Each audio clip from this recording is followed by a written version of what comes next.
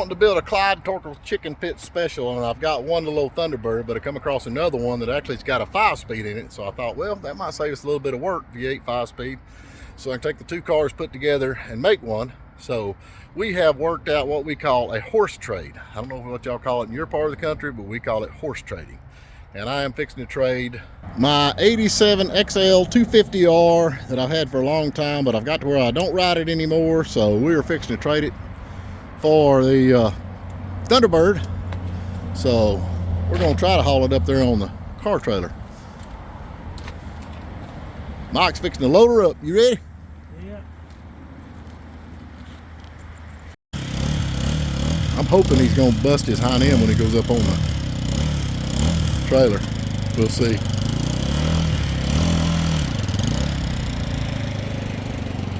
Watch him go the wrong way.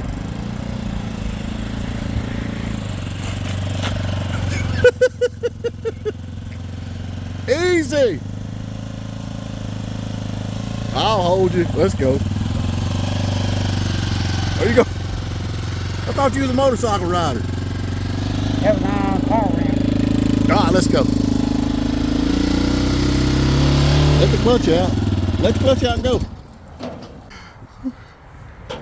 Good. Let's just push it on. Well, we made it. It didn't fall off. And over here is the Thunder Chicken. Thunder Chicken. There she is, V8. I got a set of Cobra wheels on it. V8 with a souped up 5-speed. So we're gonna go ahead and get this thing. See, now look at here. We got a 5-speed here, and we got a automatic. This is an automatic 5-speed, or a 5-speed automatic. I think it'd be about like changing gears on them old B model Mack trucks. We'll figure it out. All right, we got the batteries hooked up.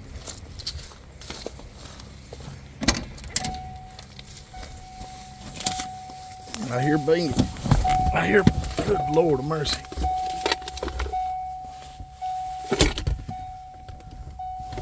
Golly, that clutch is like a rock. Clutch is like a rock. All right, let's see here what we got to do. I wonder if we got.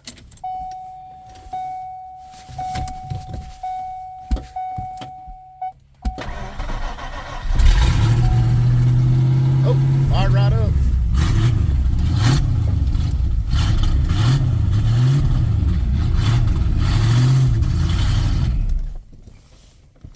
Hey, Mike, it went dead.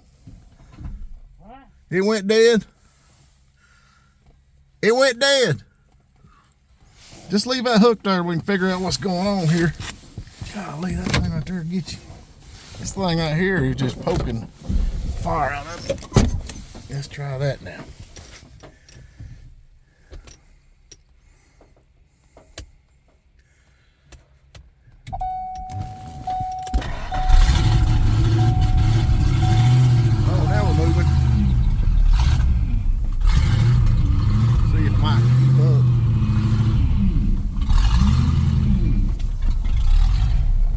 It's geared high.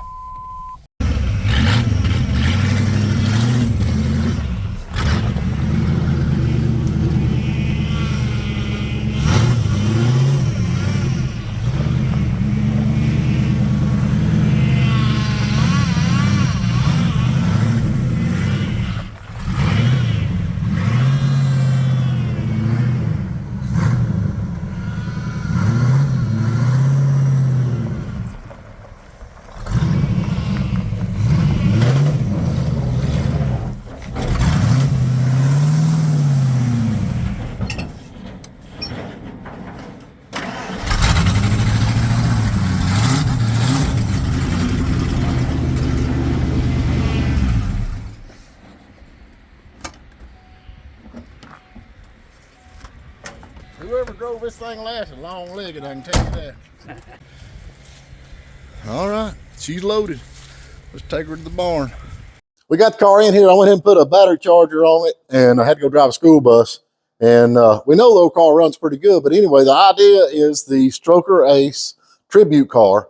And if y'all keep up with Burt Reynolds, he was a big deal for me growing up because of White Lightning and all the stuff. But I think Burt Reynolds and Hal Needham, they got together on White Lightning, which was my favorite movie. And he broke his back actually where he did the stunt where he jumped onto the barge, the moving barge, and the barge had moved too fast and he hit hard and actually broke his back on that.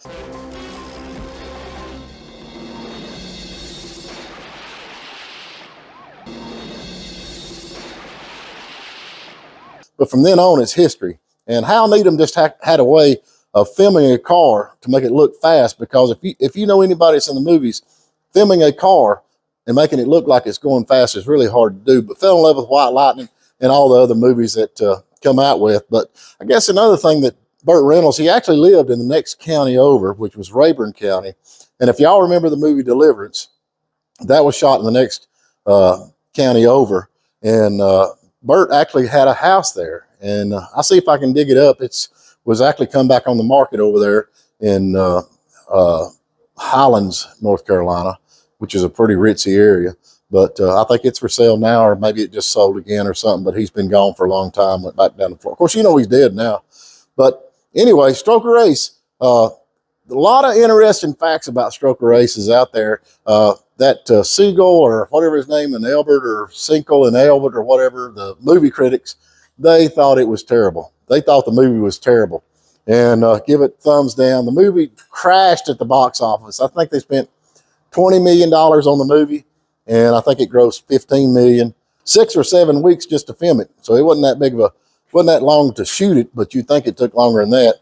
But a lot of car people like me, and probably you, love the car movies. But if you'd really like to find out some cool stuff about Stroker Ace and NASCAR and all kinds of racing, you need to tune in to Dale Earnhardt Jr.'s YouTube channel. I think it's Dirty Mo's Media or something like that. But anyway, if you Google Dale Earnhardt Jr., you'll see it. But anyway, he did an episode on Will Cronkite. Now, Will was the guy that actually built the cars, that when they first brought him to him, he's actually the guy that built the cars. He's been into NASCAR for years and years and years, and he's out in South Carolina. But he's got a lot of funny stuff that he talks about. But anyway, he talks about how they brought him 4 of these cars, and in '83, they were like the next big thing. I mean, Ford had redesigned this Thunderbird, and so they brought him 4 cars, and they were all 4 cylinders. A lot of folks think they were V8s or whatever. They were not. They were 4 cylinders. They brought them down. He had to gut the inside. Just watch that video with Dale Earnhardt Jr. A lot of interesting stuff on that, just to hear him talk about that. But anyway, they were 4-cylinder, 5-speed cars, and they were turbo coupes. And but the turbo was a big top secret thing. Didn't nobody know, because the car was actually prototypes, and they didn't want nobody to know about the turbos. So they come and they took the turbos off and put carburetors on them. So actually, when Will built the cars, he built 2 movie cars for Burt to drive, which was the 4-cylinder, 5-speed cars. And then he actually built 2 race cars, which they did a lot of the stuff. And Harry Gant actually drove a lot of the, Hal Needham did too, but Harry Gant drove a lot in the race because, see, Harry Gant, if y'all know that, you probably do if you're a Burt Reynolds fan, the Skull Bandit, Hal Needham and Burt Reynolds was car owners in that, and Harry Gant drove for him. And so that's why you see the Skull Bandit a lot in the movie, because that was actually their race car. But y'all can pick that up. But they were 4-cylinder. They couldn't keep up in the race, and actually, like, they had a truck that was like souped up and would run like 150 miles an hour. So if you see Burt Reynolds driving, it's actually hooked up to a truck that would run like 150 miles an hour, according to the video. Anyway, I'm not going to run it for you. Tune into that, and you'll see a lot of cool stuff about Burt Reynolds and the movie Stroker Ace. And I'm a huge Burt Reynolds fan, and I love it all. But anyway, so I always wanted to build one of these, and I've got to the point where I can. So I bought the 86. It's got a dent here on this left front fender, and it's a V6. It's got some rust on it, but I was thinking for a Stroker Ace car, it'd be just perfect. It's got the little vent windows, which they don't put them in anymore. We always call these smoking glasses, because back in the day when everybody smoked, you could open this up. Yeah, well, yep, there it went. That's got a big one. This must be for cigars. But anyway, you can crack that thing just a little bit, and when you're going down the road, it sucks the smoke out. They don't put them on anymore. Pretty cool. And you can see it's a bench. I call it a bench seat, but they've kind of done away with bench seats. Got the armrest in the middle. But other than the dent, this thing's in real good shape. And the good thing about it, there's the repair for the dent and the chrome. So, and we might build a Bill Elliott car or something later on. Who knows? 2 or 3 days later, I come across this one. So this is what got me started on this car. I thought, well, this is the one I want because it is a V8 car, which the other one's a V6, so I wouldn't have to take and put a V8 in it, which I've got one, but that's a lot of work. And somebody has already put a 5-speed in it. And the cool thing about this, it's got an aftermarket shifter in it that kind of looks like a NASCAR shifter. And as you've seen before, it's got an automatic shifter in it too.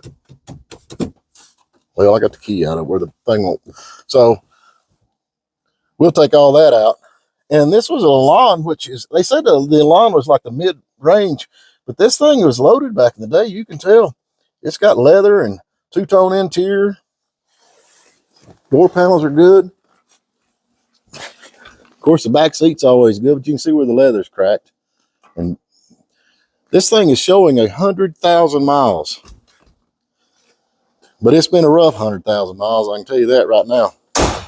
And it's got the Cobra wheels. Now, these are 4-lug, and I'm probably going to leave it 4-lug. I changed the other one over to 5-lug, which is not necessarily that big a deal, but I don't know if I want to get into all that swapping over. And I know a lot of people say it's not that, and it really is not. The front's easy, and the back's really not all that easy. All you do, or we did with ours, is we pull the axle out and took it over to Franklin Machine Shop, and they just re-drilled them, sent them back. We bolted them in. We was ready to go. But there's a couple of little things on this thing we're going to have to worry about before we get started. First of all, we got to gut the interior, get the windows out of it. But I don't want to break all that stuff because I don't know. I mean, I feel like these cars are going to start gaining in value. You never know, but I feel like they're going to start gaining in value. So I don't want to waste anything. But I've got this dent, and it's been hit pretty hard right there, if you can see it. And it's got, the aluminum is bent. But the other car out there has got everything we need on that. But I'm pretty excited about this. Getting started. This is going to be fun because I'll have to do no mechanic work. Well, I'm sure I'll have to do a little bit because we've got stuff hanging like this and that and this. I don't know what all that goes to. We'll figure all that out later. You know, some of that, if it runs, we don't need it, is what I'd say. But that's staying. I'm keeping the air conditioning. And you know, a lot of folks buy these aftermarket cold air intakes. They had it figured out back in the day, and they still do. That right there is a cold air intake. You can take this right here, put your K&N filter in it, and this is as good as any aftermarket that you can get. And it sucks the air in from outside the fender right here, which is a cold air intake. So that project, I think we're fixing to get started because we're kind of held up on the Chrysler LeBaron. I bought it, don't ask me why, but it's kind of funny. This guy that I bought it from, he thought he was going to really get me good. I'm going to say politely. And the reason I bought it is because it's a 5-speed car. And these 5-speeds are getting rare and rare, especially for a 93 convertible. 99% of these was automatics. And man, look at that. Is that not saying 90s all the way? White wheels, white top. Of course, it's got no paint on the hood. Anyway, the guy I got it from, he told me that the clutch was bad, that his daughter could not drive a 5-speed, and she tore the clutch out. So we get it home to put a clutch in it, and if you'll see that, that's a brand new flywheel right there. And that's the brand new clutch. And that's the clutch to come out of it. There's your clutch, and there's your pressure plate. And as you can see, she is brand spanking new. So he thought the transmission was out of it, and I'll show you why. We got the transmission over here. This is a clutch, and this is the clutch we took out of it. So He thought the transmission was out of it. And if you look, the clutch is too big.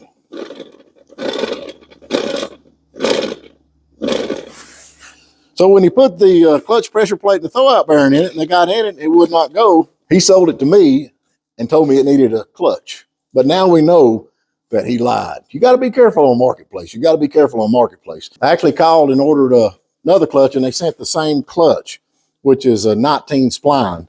So what we're figuring is this transmission is actually a 90 model transmission, we're thinking, and it's got a smaller diameter input shaft. And I've got it coming, but they said it's going to be 8 to 10 days before they can get it because these things are as scarce as hen's teeth. So hopefully, cross your fingers, we'll see what happens. So I figured, so before we start on a big body swap that's going to take a couple of months, I figured when we get started on the Thunder Chicken, all we got to do is gut it, take it over to the body shop, which one of the things is going to take a little time. These quarters have got to be flared. They got to be flared. The fenders have got to be flared because I want it to look like a real NASCAR. And my cameraman just about fell down there. So that's where we're at with that. We'll see what happens in the next few days as we get started on this. It's going to be a lot of fun. Shouldn't take long to get it ready and then get over to the body shop. We'll see about flaring the fenders. I'm actually trying to get up with Will Cronkite right now because I think Ray Cook. And if y'all are looking for bringing up Ray Cook, I mean, you know, my mind's like a squirrel. Oh, here we go. If y'all are needing racing tires, Ray Cook, I'll put a thing in the video here where you can see it. But anyway, American Racing Tires or American Racers, good guy, super good guy. And he is tied in with all them. And if you want some racing tires of any kind, dirt, you name it, he's got it. If he can't, he can get it. And I highly recommend him.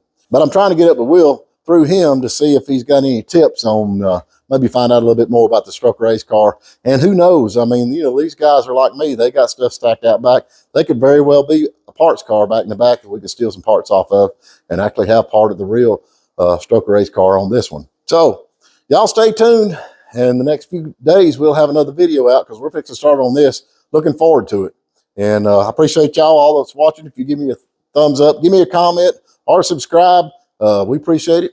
And this is Steve Phillips of Phillips Run Drip and Bubble Company. We will talk to you next time.